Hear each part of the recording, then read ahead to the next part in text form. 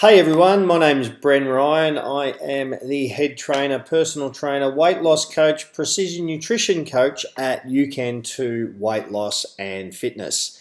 So I get asked a lot at this time of year about illness and how it's going to affect their training, etc. So the two main questions I get is, should I train if I'm sick or should I go for total rest? And if I rest, when should I come back? So for the purposes of this blog or video, we're going to call sick cold and flu, okay? Because obviously there's a lot of ways to be sick, but I think what most people are asking me about is when they've got a cold or flu. Now, both colds and flus are viruses. And the thing about viruses is there's thousands of variations or mutations. And once you've had one type or one mutation, you can't get it again. Your immune system builds antibodies and you'll never get it again. Now, sadly, that doesn't matter because there's so many varieties that you are pretty much guaranteed to never run out of colds or flus to try. And you're pretty much given that you're going to get at least one of them, if not more, every single year. Now, what's the difference? Well, a cold is generally a little bit easier to take than a flu, and it generally has symptoms that are all above the neck. So, in other words, you're going to get the stuffed nose, itchy mouth, eyes, sneezing, bit of extra mucus, that sort of thing, tickle in the throat, etc. But generally, it's all above the neck. A flu will have all of the above, tends to feel a bit worse and has a lot of below the neck symptoms. So chesty, might have a chest infection, it might come with that or turn into that. Body aches and pains, all sorts of things. So a flu really gets the whole body involved. So in regards to question number one, should you have total rest if you're sick or train hard and go for it when you're sick? Well, it's not really a straightforward yes or no answer. And the reason is because cold and flus probably need to be dealt with in a different way. So a rule of thumb, a good rule of thumb is if it's below the neck, don't train. Okay, so in other words, if it's a flu or a chest infection, something like that, take total rest. Okay, if it's above the neck, so a head cold, for example, you should be able to push through in most cases and do a bit of training, but there are a few rules and exceptions there. So let's talk about them. So why do we need to change things up? Well, when you have a virus or an infection, your immune system is working overtime to fight off that bug or that virus. Now, fighting off a bug like some sort of virus, it is like your training. It's a catabolic process, and that means in simple terms that it's taking up energy and nutrients, vitamins and minerals. It requires a lot of them. So this means you have to allow for that in your training and your nutrition plan, that if you're using vitamins and minerals and energy in fighting off this bug, you clearly can't use them for training and vice versa. So as the flu or a chest infection is more serious than a cold, it's going to take up far more of those resources to fight off, which is why you should give yourself just total time off the gym to allow your body and your immune system all the resources that you can spare. Okay? Now, if it's a cold, within reason, there's probably no reason that you can't train. But even with the common cold, your immune system is in overdrive and working very hard. So you've got to give it a little bit of resources by backing off your training to accommodate that. So now, obviously, everything I'm telling you is very general advice, and I'd never presume to contradict your doctor. So any infection or virus should be taken really seriously. So it's not just a case of harden up and push through. It's not necessarily always the best way. So if you've got any doubt that your illness could be anything other than a common cold or whatever, then go to your doctor. Any doubts at all, go to your doctor, because obviously we don't want to contradict their rules. So question number two, when should I come back if I've been sick? Well, if it's the flu and you've had total rest, what you need to do is give yourself an extra full day off at least after all your below the neck symptoms have gone. So if the body aches and pains have gone, the chesty stuff's gone, give yourself one more day, then come back. Okay. So there's some guidelines to follow. And obviously, if you're training through a cold, there's some guidelines there. So let's talk about those guidelines. So number one guideline is that prevention is better than cure. Okay, so as I said before, it's practically impossible to avoid getting a cold or a flu at some stage, pretty much every year. Now, what we can do is minimize the frequency that we get them and maybe even avoid it altogether with some preventative steps. So number one rule is to wash your hands a lot. Okay, so the common cold virus, or the rhinovirus, for example, and a lot of flus, is transmitted quite often through touching surfaces, so that an infected person's touched. So you touch a surface like a doorknob, a desk, a computer, a phone, anything really that an infected person's touched, and then you go ahead and you scratch your eye or you rub your nose or your mouth or whatever and touch your face, and all of a sudden you're infected with that cold. So wash your hands and avoid touching your face and nose and eyes with your hands as much as you can. Now, vaccinations, flu shots. Some people are anti-vax, and that's cool. I'm not going to get into that argument here. This is not the time or place for it. But personally, I get the flu shot every year, and that's something you talk to your doctor about, etc. But myself, I'm in a high risk group, which is I'm a chronic asthmatic. So in Australia, that means I get the flu shot for free every year. So, the way I figure it, it's free. Why not? They're giving it to me because I'm in a high risk group, and that's not for nothing. That's been thought out by people smarter than me. So I go get it every year. Now, keeping in mind that the flu shot can only immunise you against known strains or mutations of the flu, it does tend.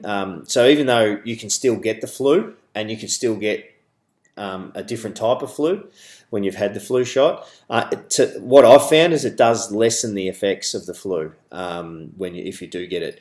So a couple of years ago, I missed having the flu shot. I just kind of got being busy, and I forgot all about it. And I got the flu, and it was the worst flu I'd ever had. It was quite intense, actually. I had nearly 2 weeks off work.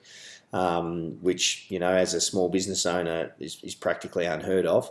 And I was sicker than I could ever remember being with a flu. And it took a long time to recover too. I had that time off work, but then even when I came back to work, I had a chest infection for about 6 weeks afterwards. It took quite a long time to really catch up and get back to normal. So what I found is that when I do have the flu shot, even if I do get a bit sick during the year, it doesn't tend to be anywhere near as bad as that.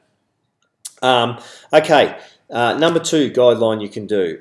Give your immune system the best chance it can. And this is, I guess, related a little bit to prevention, but also during the cold and the illness. So giving your immune system the best chance and the tools and the resources it needs. So avoid over or under training. So if you do nothing, your immune system will not be as strong as if you do some exercise.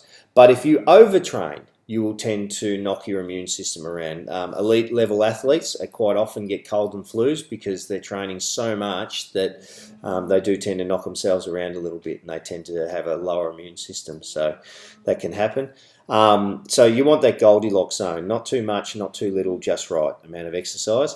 You need to follow a structured nutrition plan. So we're talking about giving your body the vital minerals and nutrients and vitamins and minerals that it needs and your immune system needs. So by following a structured plan, you should be getting lots of fruit and veg and lots of fish, etc., like that. So if you're not, and I'll talk about this in a minute, you can supplement that. Drink plenty of water. Every metabolic process in your body requires water to happen. Every chemical reaction in your body requires water. So drinking plenty of water is vitally important. About 1 litre per 30 kilos of body weight is what we're aiming for. Get plenty of rest, and I'm not just talking about resting rest days from your workouts. I'm talking about sleep. So 7 to 9 hours sleep is the average person needs. So make sure you're getting that. Now, as I mentioned before, if your diet is not high enough in fruit and vegetables and oily fish, things like that, you may consider supplementation with, say, a multivitamin and some fish oil. Now, we always recommend that you try to get your vitamin intake and mineral intake from your fruit and veg. You know, I look at supplements and say, okay, let's imagine that your nutrition plan is a plaster wall, and nobody's perfect, and somebody's come along and put some holes in your plaster wall. And so your nutrition plaster wall has got some holes in it. Now, think of a multivitamin or a fish oil as a spac filler to fill in those holes. So it's just a little bit of a backup, and some people think that vitamin supplements are a waste of money because you're just going to expel most of them from the body, and you know what, that might be true, but then if you do have some sort of small deficiency, well, you're going to pick it up there. So that's the way I look at it. You can check out, we've got a blog post available. Just go up the top of the page and have a look at the blog post there about your immune system and how that works and how you can give it the best chance.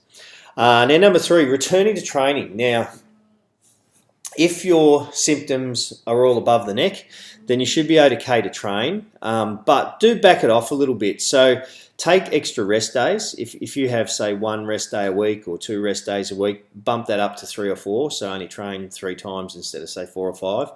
And the effort and intensity level that you're putting into those workouts, if you're normally operating at an 8 or 9 out of 10, back that off to a 6 or 7 out of 10. So the effort and intensity during the workouts, just bring that back a little bit, you know, rein it in a bit, and also take a little bit more extra rest so that we're not smashing the body up too much.